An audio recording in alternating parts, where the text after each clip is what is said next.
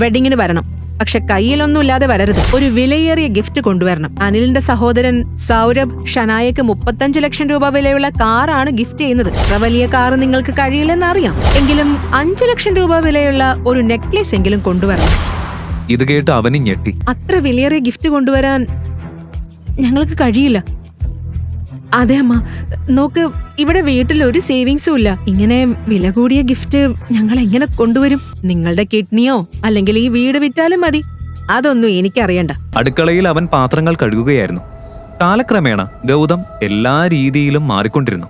പാത്രം കഴുകിക്കൊണ്ടിരിക്കുമ്പോൾ അവനിയുടെ മുഖം അവന്റെ മനസ്സിൽ തെളിഞ്ഞു വന്നു. ഇന്ന് ആദ്യമായി അവനിയുടെ കണ്ണുകളിൽ തനിക്കുള്ള ബഹുമാനം അവൻ കണ്ടു.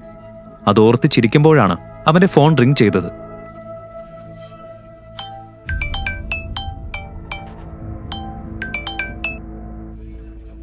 സോറി സർ, ഞാൻ ഡിസ്റ്റർബ് ചെയ്തോ? അപ്പോയിന്റ്മെന്റ് ലെറ്ററിൽ സാറിന്റെ സൈൻ വേണം. നാളെ എപ്പോഴാ വരുന്നത്? നാളെ രാവിലെ ഞാൻ ഓഫീസിലേക്ക് വരാം. Okay sir.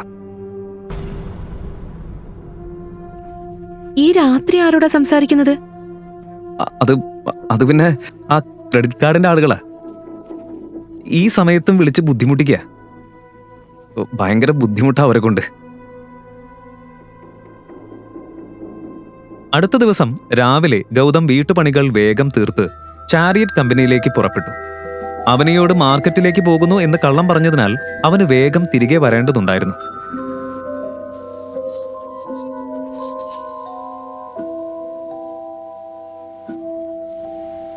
Good morning sir.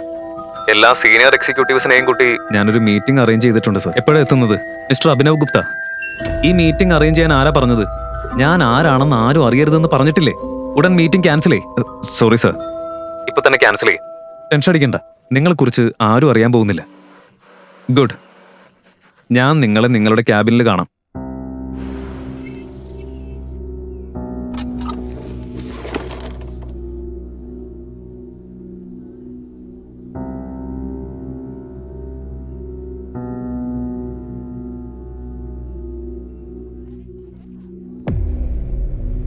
ഓ, ബ്രദറിൻലോ, ഇവിടെ എന്താ? വഴി തെറ്റിയോ? ഈ കമ്പനിയിൽ നിങ്ങളെ പോലെയുള്ള ലൂസേഴ്സിന് ഇടമില്ലല്ലോ. അവന്റെ മുന്നിൽ നിന്നിരുന്നത് മറ്റാരുമല്ല, അവനിയുടെ കസിനായ ഷനായയായിരുന്നു. ചെറുപ്പം മുതൽ പല കാരണങ്ങളാൽ അവനിയെ അവൾക്ക് ഇഷ്ടമല്ലായിരുന്നു. അവനി ചെറുപ്പം മുതൽ സ്മാർട്ട് ആയിരുന്നു, കാണാനും സുന്ദരി, അതായിരുന്നു കാരണം. എന്നാൽ അവനിക്ക് ഗൗതമിനെ പോലെ ഒരു യൂസ്ലെസ് ആയ ഭർത്താവിനെ കിട്ടിയതിൽ അവിടെ കൂടുതൽ സന്തോഷിച്ചത് ഷനായയായിരുന്നു. ഒരു മിനിറ്റ്. കുറച്ചു ദിവസങ്ങൾക്കകം ഷനായയുടെ വിവാഹം നഗരത്തിലെ ഏറ്റവും സമ്പന്നനായ രഘുവീർ പണ്ഡിറ്റിന്റെ ഏകമകൻ സിദ്ധാർത്ഥുമായി നടക്കാനിരിക്കുകയായിരുന്നു. രഘുവീർ ചാരിയറ്റ് ഗ്രൂപ്പുമായി ബിസിനസ് ചെയ്യുന്ന ആളായിരുന്നു. ചാരിയറ്റ് ഗ്രൂപ്പ് കൊണ്ടാണ് അവന് ജോധ്പൂരിൽ വലിയ സ്വാധീനവും പ്രശസ്തിയും ലഭിച്ചത്. ഈ സ്വാധീനവും പ്രശസ്തിയും കണ്ടാണ് അവനിയുടെ മുത്തശ്ശി ഗായത്രി ദേവി തന്റെ കൊച്ചുമകൾ ഷനായയുടെ വിവാഹം സിദ്ധാർത്ഥുമായി നിശ്ചയിച്ചത്. പതിവ് പോലെ ഷനായയുടെ പരിഹാസങ്ങൾ ഗൗതം ശാന്തമായി കേട്ടുനിന്നു. ശരി, എന്താ നീ പറയാൻ പോകുന്നത്? ഞങ്ങളെപ്പോലുള്ളവരുടെ മുന്നിൽ നിൽക്കാൻ പോലും നിനക്ക് സ്റ്റാറ്റസ് ഇല്ല. ഞങ്ങൾ ശേഖർ അങ്കിളിന് ഇൻവിറ്റേഷൻ കാർഡ് കൊടുക്കാനാ വന്നത്. വേണമെങ്കിൽ നിനക്കും വിവാഹത്തിന് വരാം. നിനക്കായിട്ടേ ഒരു വെയിറ്റർ ജോലി റിസർവ് ചെയ്ത് വയ്ക്കാം. നിന്റെ വിവാഹത്തിൽ വെയിറ്റർ ആവാൻ എനിക്ക് ഒരു താല്പര്യമില്ല. ഗൗതമിന്റെ സാദാ വേഷം കണ്ട സിദ്ധാർത്ഥ് ഉള്ളിൽ ചിരിച്ചു. പക്ഷേ ഈ ലളിതമായ വേഷത്തിനകത്ത് നിൽക്കുന്നത് ചാരിയറ്റ് ഗ്രൂപ്പിന്റെ ഉടമ തന്നെയാണെന്ന് അവൻ അറിയില്ലായിരുന്നു.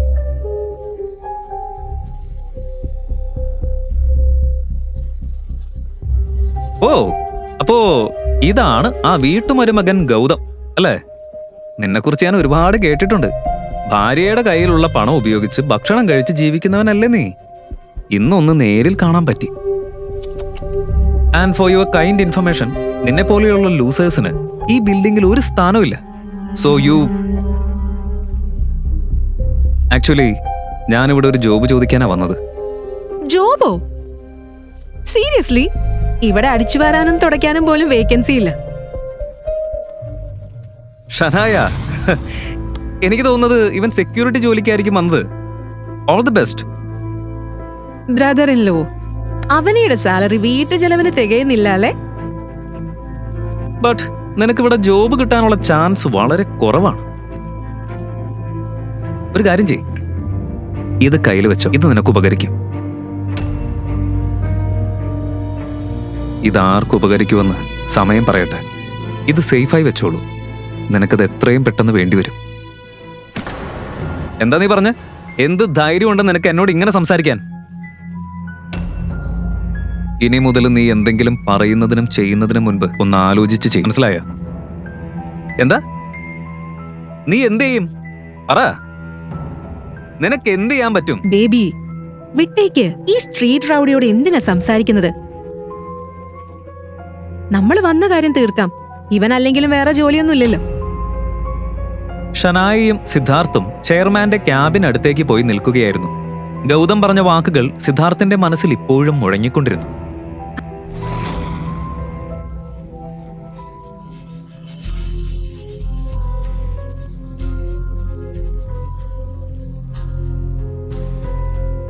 അത് വിട് ബേബി.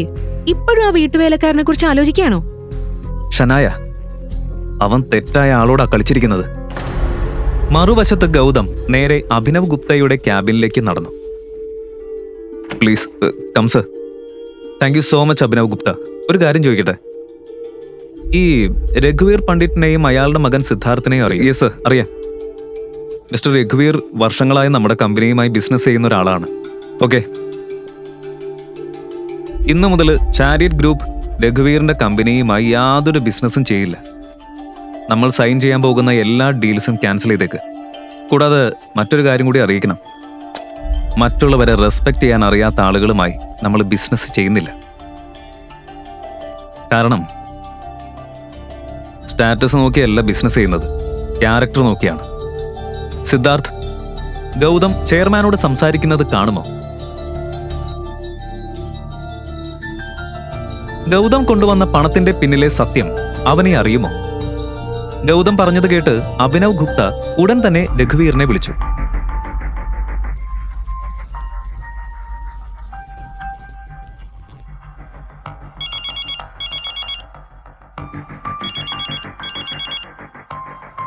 ഹലോ ഹലോ മിസ്റ്റർ രഘുവീർ, ഞാൻ അഭിനവ് ഗുപ്ത, ചാരിയറ്റ് ഗ്രൂപ്പിന്റെ പുതിയ ചെയർമാനാണ് സംസാരിക്കുന്നത്.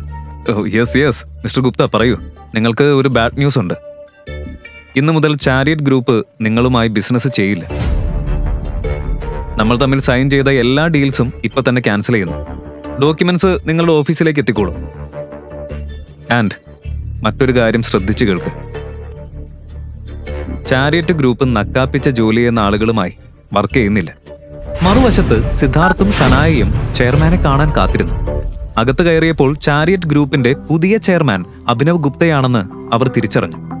സിദ്ധാർത്ഥ് അമ്പരന്നെങ്കിലും അഭിനവ് ഗുപ്തയെ കാണാനും സംസാരിക്കാനും അവൻ ആഗ്രഹിച്ചു.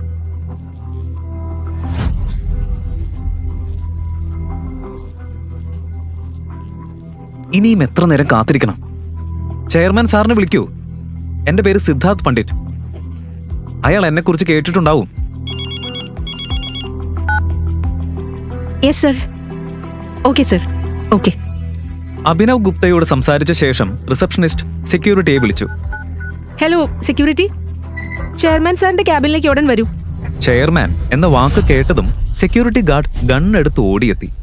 എന്താണ് നടക്കുന്നതെന്ന് സിദ്ധാർത്ഥിനും ഷനായയ്ക്കും മനസ്സിലാകുന്നതിന് മുൻപ് ആംഡ് ഗാർഡ് അവരുടെ മുന്നിൽ നിന്നു. ഹലോ, നിനക്ക് ബുദ്ധിയില്ലേ? എന്താ ഈ ചെയ്യുന്നത്? Sorry mister Siddharth, chariot group നിങ്ങളുടെ കമ്പനിയുമായുള്ള എല്ലാ ഡീൽസും ക്യാൻസൽ ചെയ്തിരിക്കുന്നു. കൂടാതെ ചെയർമാൻ സാർ പറഞ്ഞിട്ടുണ്ട് നക്കാപ്പിച്ച ജോലി ചെയ്യുന്ന ആളുകളുമായിട്ട് വർക്ക് ചെയ്യാനാവില്ലെന്ന്. എന്തൊക്കെയാ നീ പറയുന്നത്? ഇന്ന് ചാരിയറ്റ് ഗ്രൂപ്പ് എല്ലാ കോൺട്രാക്ട്സും ക്യാൻസൽ ചെയ്താൽ അവർ ഒറ്റ രാത്രിക്കുള്ളിൽ റോഡിലാകും.